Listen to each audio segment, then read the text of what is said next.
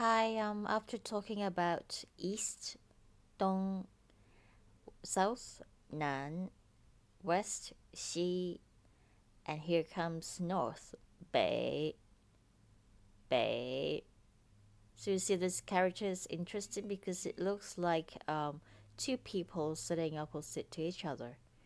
It actually has a history because Chinese people loved building houses facing south. So the back of south, the opposite of south, is north. So here comes the character north, and actually, the body back, the back of the body, bay, bay. It actually looks similar to this character, and we'll talk about this later on.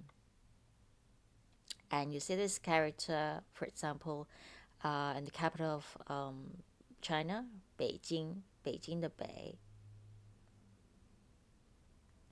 So thank you so much for watching. Bye.